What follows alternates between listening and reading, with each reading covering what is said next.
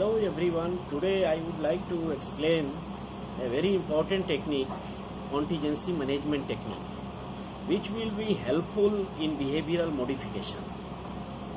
When we are rewarded for doing something, we are more likely to do it again, such as children may learn from their parents that after they eat their vegetable. ऐसा देखा गया है. This is concerned with behavioral psychology, and this is systematic and consistent use of this principle, especially in treatment of drug addiction, alcohol abusers, and children with behavioral problems. Also it can be used in educational setting. Literal meaning देखा जाए तो contingency means that a reward is contingent on performing a desired act, and management means practicing of arranging their reward to shape behavior. Actually, contingency management is a generic term for any operant technique that modify a behavior by controlling its consequences. It can be used in three ways. First is contingency of operant conditioning, second is using stimulus control, and third is controlling the consequences. These are concerned with ABA method, applied behavioral analysis method. In this technique सिर्फ और सिर्फ उसी behaviour को reward या punishment दिया जाता है जो उस बिहेवियर को स्ट्रेंथन करे या उसको कमजोर करे, और सारे बिहेवियर को इग्नोर किया जाता है. सिर्फ एक ही बिहेवियर जिससे कि गोल तक पहुंचा जा सके, उसी को रिवार्ड या पनिशमेंट दिया जाता है. There are various types of procedure involved in contingency management, or various types of techniques in contingency management, such as shaping, timeout, contingency contracting, response cost, and token economy program. There are 5 important techniques. First is shaping. Shaping means this is also called success approximation. यह new behaviour develop करने की एक procedure है. इसी के द्वारा new behaviour develop हो जाता है. ऐसा बिहेवियर जो डिजायरेबल बिहेवियर बने, उसे ही रिइंफोर्स करना, that is the shaping. Any act that resemble the ultimately desired behaviour, और यह बिहेवियर सेलेक्टिव बिहेवियर होगा. जो भी बिहेवियर होगा सेलेक्टिव बिहेवियर होगा. Gradually enhance this selective behavior with perfect reinforcement. तब जाकर फाइनली व्यक्ति उस डिजायरेबल बिहेवियर को करने में कैपेबल होगा. This technique was first introduced by B.F. Skinner. This is a method for training by which successive approximation towards a target behavior through reinforcement. इससे guidance और डायरेक्शन दोनों मिलता है. एक तरह की उसकी कहते हैं लोग कि शेपिंग की जाती है, माने उसको उस अनुरूप ढाला जाता है कि वह फाइनली उस बिहेवियर को करने में कैपेबल हो जाए. हाउ टू यूज दिस, इसको कैसे यूज किया जाता है, इसको करने के लिए 4 स्टेप्स हैं.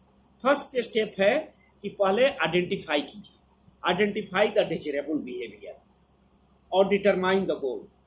Second is identify the present behavior, and third is list the steps that will lead to final desirable behavior, and last is select a reinforcement to use in this. माने किस तरह का reinforcement आप use करने जा रहे हैं. ये 4 स्टेप्स में ये शेपिंग बिहेवियर होता है.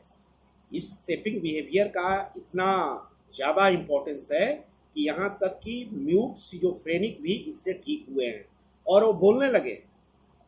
फोबिक पेशेंट में बहुत सारा सुधार हुआ है, स्टूडेंट के हैबिट्स में सुधार हुआ है। ऐसे मेंटली रिटार्डेड बच्चे जिनको एक्टिविटीज ऑफ डेली लिविंग की प्रॉब्लम्स है, उनकी एक्टिविटी ऑफ डेली लिविंग में सुधार हुआ है through this type of सेपिंग।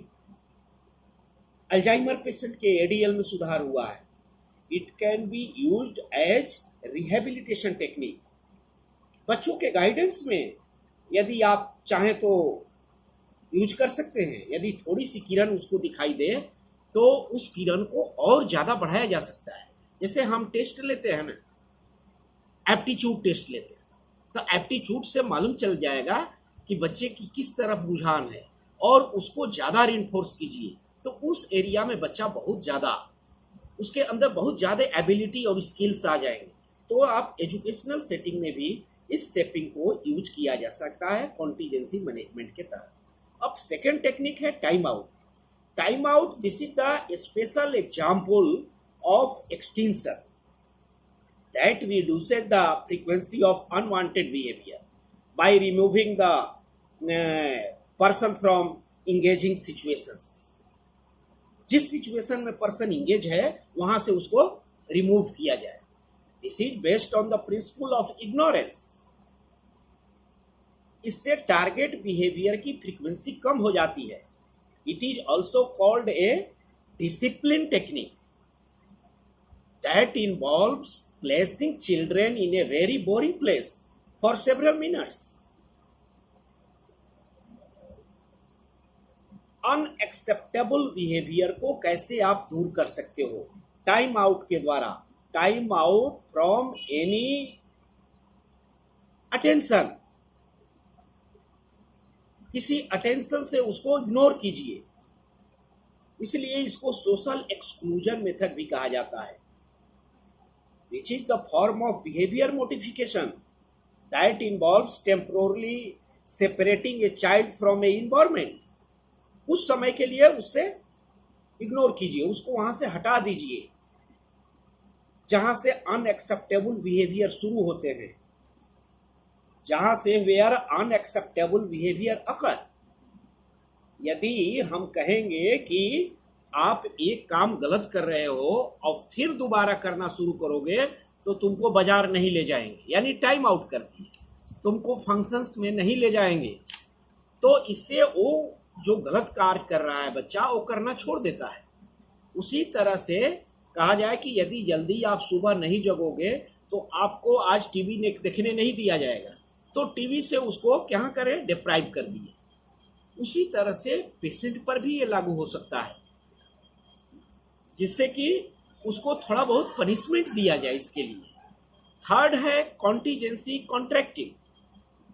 This is the type of intervention that is used to increase the desirable behaviour और decrease the undesirable behaviour.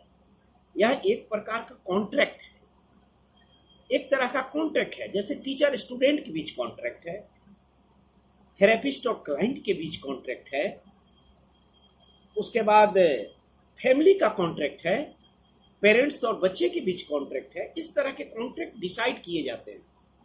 Formal written agreement होता है।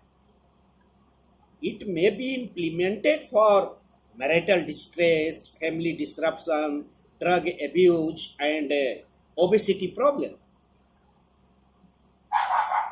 It specify the target behaviour and the conditions under which the behavior will occur।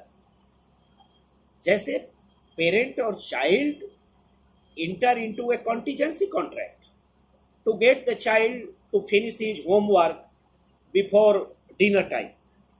एक इस तरह के contract में आए child और पेरेंट कि आप ये कर दोगे तो इसके अंडर आपको ये सुविधा दी जाएगी। It specify the target behaviour, और यदि नहीं करोगे तो आपका कॉन्ट्रैक्ट में जो पनिशमेंट होगा वो दिया भी जाएगा।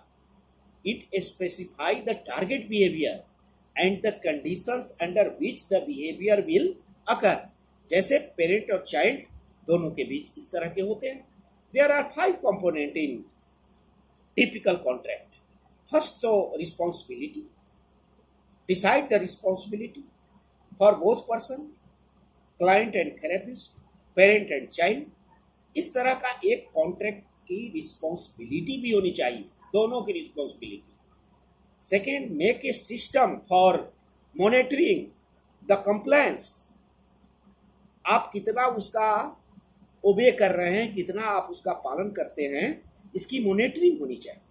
Third is bonus for accomplishment, and fourth is reward for fulfilment, and fifth is penalty for failure. तो इस तरह के 5 इसके कंपोनेंट्स, इन कंपोनेंट्स के द्वारा ही यह कंडक्ट किया जाता है contingency contracting. Fourth is response cost. Response cost, this is a punishment contingency that involves the loss of reward और privilege which some undesirable behaviour is perform. जब कोई अनडिजायरेबल बिहेवियर करेगा तो उसे रिवार्ड नहीं दिया जाएगा, उसे कोई प्रिविलेज नहीं दिया जाएगा, कोई छूट नहीं दिया जाएगा। जैसे आप ट्रैफिक का पालन नहीं करोगे तो आपको कुछ न कुछ पेनाल्टी लगेगा, मिसबिहेव करोगे तो आपको खेलने की इजाज़त नहीं दी जाएगी, आपको कहीं ले नहीं जाएंगे। इस तरह की रिस्पॉन्स कॉस्ट इस तरह की डिसाइड की जाती है, और इसी से response cost method have been used to decrease the frequency of many clinical problems such as smoking हो गया, सेल्फ एब्यूज हो गया, एग्रेशन हो गया, ओवर ईटिंग हो गया, और एकेडमिक प्रॉब्लम में भी ये यूज किया जाता है। जैसे यह निगेटिव रीइंफोर्समेंट है, एक तरह का एक निगेटिव रीइंफोर्समेंट है, इसलिए सभी स्कूल इस पर एग्री नहीं होते हैं। और आजकल कुछ गवर्नमेंट की पॉलिसी भी है कि आप बच्चे को पनिश नहीं कर सकते हो, आप बच्चे को निगेटिव रीइंफोर्समेंट नहीं दे सकते हो, पनिशमेंट नहीं दे सकते हो। इसलिए थोड़ा एजुकेशनल सेटिंग में गड़बड़ हुआ है, पर in term of applied behaviour analysis इसको आप यूज कर सकते हो। It is a form of punishment. Classroom behaviour management में इसको बहुत अच्छे तरीके से यूज किया जाता है, रिस्पॉन्स कॉस्ट को इम्प्लीमेंट किया जा सकता है। Next is token economy programme. It is also a form of behavior modification. It is designed to increase the desirable behavior with the use of fixed tokens. Individual receive tokens immediately after displaying the desirable behavior. The token are collected and later exchanged for meaningful object. उसको लेता है, उसको तुरंत जाकर exchange कर देता है। This is the technique for maximum used in institutionalized patient. ऐसे पेशेंट जो किसी इंस्टीट्यूशन में भर्ती हैं, एडमिटेड हैं, ऐसे पेशेंट पर भी लागू किया जाता है। This is useful for school, hospital, prisons, कैदियों पर लागू होता है, फैमिली में। In this technique the reinforcers are symbol और token that can be exchanged for other reinforcers. यह operant conditioning principle पर आधारित है, उसी पर बेस्ड है। There are 4 component of token economy program. First इसका कंपोनेंट है कि इसका एक पहले लिस्ट बनाइए। Make a list of target behaviour that you want to modify this, जिसको आप मॉडिफाई करना चाहते हो, ऐसे टारगेट बिहेवियर का एक लिस्ट बनाइए। जैसे कोई बच्चा अटेंशन पे नहीं कर रहा है, तो उसको कैसे अटेंशन पे किया जाए, इसके लिए आप एक बना सकते हैं आइडिया कि उसको कुछ टोकन देकर कर सकते हैं। तो इस तरह से एक प्लानिंग पहले कीजिए, जिसमें कि आपका एक टारगेट गोल हो, आपका सेट हो। दूसरा, मीडियम ऑफ एक्सचेंज, मतलब पार्टिसिपेंट में earn by performing the desirable behaviour such as, जैसे बच्चों को जो एक्सचेंज करते हैं उस तरह के बिहेवियर को करते हैं, वो कैसे एक्सचेंज करेंगे अपने टोकन को, such as gold star and colour stickers बच्चों को दिया जाता है। उससे कितने खुश हो जाते हैं कि आपने इतना अच्छा काम किया है तो आपको ये स्टार, स्टिकर इस तरह के दिए जाते हैं। एक जैसा ये भी टोकन इकोनॉमी प्रोग्राम्स है। इस तरह के टोकन इकोनॉमी प्रोग्राम को यूज कर सकते हैं, इंस्टीट्यूशन में भी हम इसको यूज कर सकते हैं। बैकअप रीइंफोर्सर्स भी होता है। बैकअप रीइंफोर्सर्स में कुछ गुड्स और कुछ सर्विसेज का होता है, कुछ सामान या कुछ सेवा, goods and services for which token में भी एक्सचेंज। आप टोकन दीजिए, कुछ सामान खरीद लीजिए, आप टोकन दीजिए, आपको कुछ चीज़ में छूट मिल जाएगी, या आपको कुछ रिक्रिएशनल एक्टिविटी में छूट दी जाएगी, आपको खेलने के लिए दिया जाएगा, आपको घूमने के लिए दिया जाएगा, आपको सिनेमा देखने के लिए दिया जाएगा। इस तरह से गुड्स और सर्विसेज में भी ये टोकन एक्सचेंज किए जाते हैं।